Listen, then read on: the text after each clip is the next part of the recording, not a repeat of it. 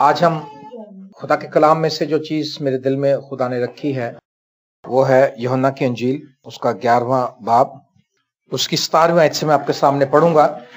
بس یسوع کو آ کر معلوم ہوا کہ اسے قبر میں رکھے 4 دن ہوئے۔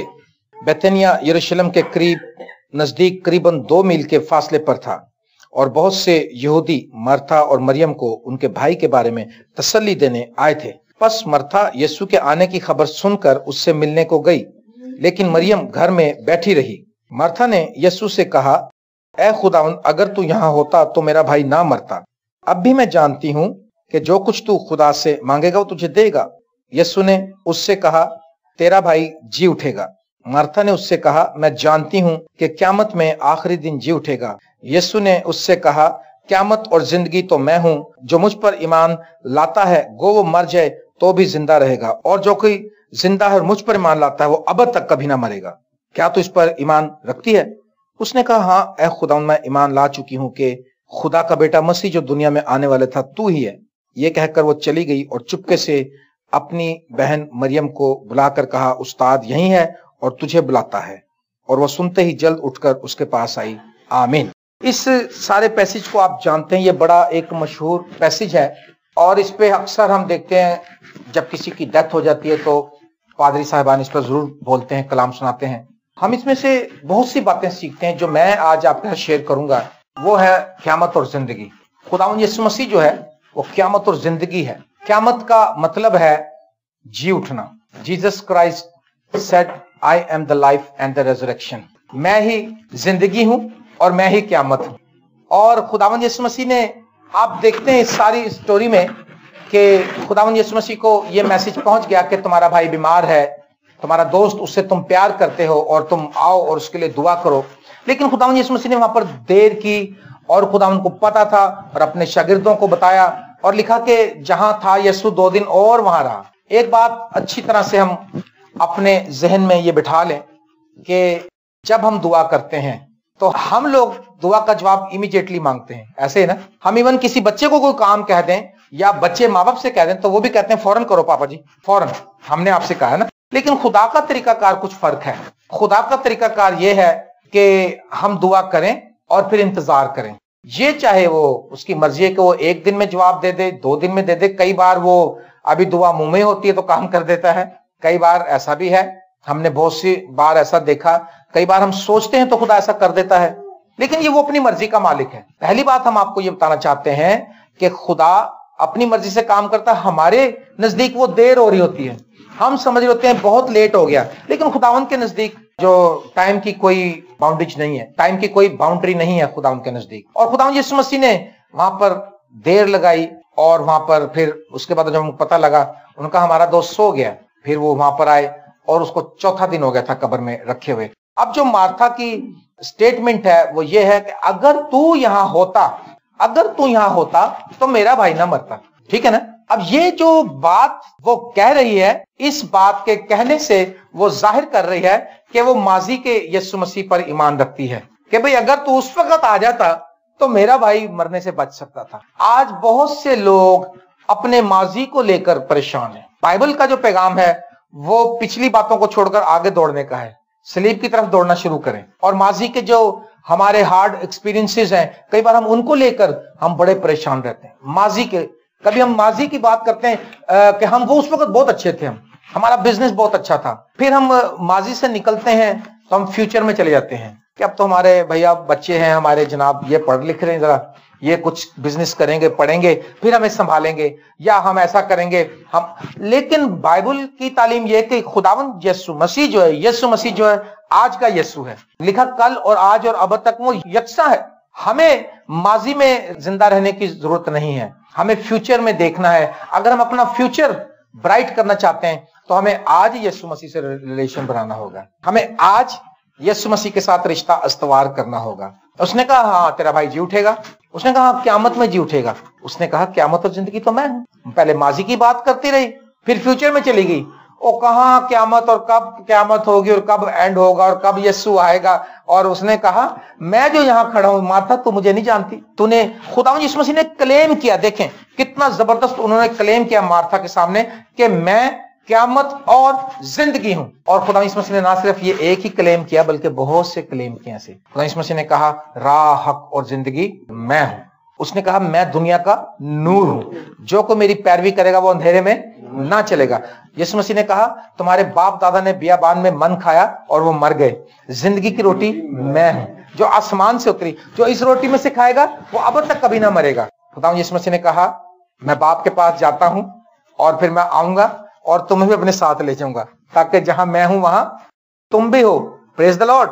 اور خدا یسوع نے کہا میں دنیا کے آخر تک تمہارے ساتھ ہوں. اگر ہم ان باتوں کو سنیں, کیا خداوند جھوٹ بولتے ہیں؟ کیا آپ سمجھتے ہیں خداوند نے غلط تعلیم دی؟ ایسی بات تو نہیں نا.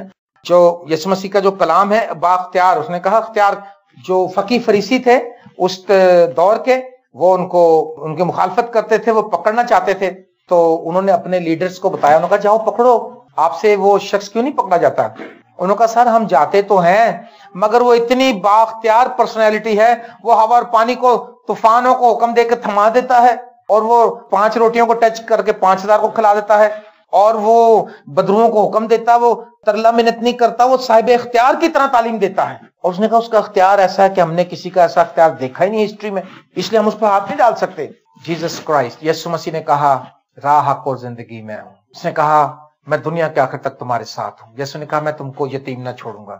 پھر یسوع مسیح نے کہا جو کچھ تم میرے نام سے چاہو گے میں وہی کروں گا تاکہ باپ بیٹے میں جلال پائے. ہاں تم نے اب تک میرے نام سے کچھ نہیں مانگا, مانگو تو تم کو دیا جائے گا.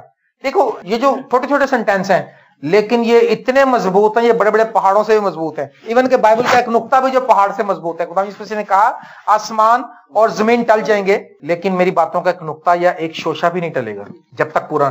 جتنی باتیں خداوند نے کہیں اختیار کے ساتھ, نے کہا قیامت اور زندگی میں ہوں, تیرا بھائی جی اٹھے گا. انہوں نے کہا چلو مجھے قبر پر لے کر چلو, کہاں رکھا تمہیں؟ اور لوگ نیگیٹو باتیں کرنے گئے اور قبر پر یسوع مسیح آئے تو لکھا, انہوں نے کہا پتھر کو ہٹاؤ. یہ دوسرا مسئلہ ہے. پہلا ایک مسئلے سے بھی تو اس کو سمجھایا کہ بہن بیٹی تو بالکل نہ گھبرا, تیرا بھائی میں زندہ کر دوں گا, تو مجھے لے کے تو چل قبر پر. پہلے وہ بحث اس بات کی ہوتی رہی کہ ہوگا تو صحیح مگر قیامت میں ہوگا. میں قیامت اور زندگی ہوں, میں الفا اور اومیگا ہوں, میں ابتدا اور انتہا ہوں, میں کل آج اور اب تک یکساں ہوں, میں اچھا چرواہا ہوں. اچھا چرواہا بھیڑوں کے لیے اپنی جان دیتا ہے. ہاللیلویا. کوئی میرے وسیلے کے بغیر باپ کے پاس نہیں آ سکتا. راہ حق اور زندگی میں ہوں. یہاں سے اس کو کلیئر کیا, آگے لے کر گئے. اگلے پورشن میں جا کر, اگلے سیکشن میں جا کر انہوں نے دوسرا آرڈر جاری کیا. انہوں نے کہا مارتھا پتھر کو ہٹاؤ. او مارتھا نے دیکھا کہ خداوند یہ کیسی بات کہہ رہے ہیں, 4 دن ہو گئے قبر میں رکھے ہوئے, اب اس مردے میں سے تو بدبو آتی ہوگی اور اس کی باڈی خراب ہو رہی ہوگی, اور ہو سکتا ہے کہ اس نے خداوند کی بات کو ماننے کے لیے آگے قدم بھی بڑھایا تو لوگوں نے کہا ہوگا کیا کر رہی ہے. ایسے موقع پہ آپ کو پتا بہت سے مشورہ دینے والے ہوتے ہیں. جب فیونرل سروسز ہوتی ہیں, جب کوئی گریو یارڈ کا سین ہوتا ہے, خدا نہ کرے, تو آپ دیکھیں بہت سے لوگ مشورہ دیتے ہیں, یار ایسے کرو, ادھر سے اٹھاؤ اس کو, ادھر سے دھاگا کھینچو, رسی ادھر لٹکاؤ, ہے نا. ایسے بہت سے مشورہ. ادھر بھی آگے مشورہ دینے لوگ کہنے لگے مارتھا کیا کر رہی ہے, تیرے بھائی کو مرے ہوئے 4 دن ہو گئے ہیں اور اس میں سے بدبو آتی ہوگی, اب کیوں اس کی لاش کا تو نہیں یہاں تماشا بنانا ہے. یہ کون ہے بڑھائی کا بیٹا, اس کے پاس کیا اختیار ہے کہ کہتا ہے پتھر کو اٹھاؤ. اب مسئلہ کیا ہے, اب جو یسوع مردے اس کو زندہ کر سکتا, کیا پتھر کو نہیں ہٹا سکتا؟ ہٹا سکتا ہے. لیکن اصل میں بات یہ ہے کہ خداوند یسوع مسیح چاہتے ہیں کہ کچھ کام ان کے کرنے کے, کچھ ہمارے کرنے کے. سمجھ گئے نا. یہ سارے کام جو ہیں, اب روٹی ہمیں یسوع تو نہیں کھلائیں گے نا آ کے, کھانا ہم نے خود کھانا ہے, کپڑے ہم نے خود دھونے ہیں. ہم نے وہ کام خداوند کو کرنے کو کہنے ہیں جو ہماری دسترس سے باہر ہے, جو ہماری پہنچ سے باہر ہے. آج آپ کو پتا ہے پتھر دنیا ہٹاتی ہی نہیں ہے. آج پتھر ڈیفرنٹ ٹائپ کے ہیں. اس وقت تو ایک قبر کا پتھر تھا نا, آج ہم نے اپنی زندگی میں بہت سے پتھر رکھے ہیں. بے اعتقادی کا پتھر, لادینیت ہمارے اندر ہے آج, بے اعتقادی ہے, نفرت کے پتھر ہیں, جھوٹ کے پتھر ہیں. آج ہم بہت سے ایسے ہم نے پتھر اپنی لائف میں اٹکا لیے ہیں جن کی وجہ سے آسمانی برکات ہم کو نہیں مل رہی. اچھا خداوند کا ایک ہی سوال ہے, پتھر کو ہٹا.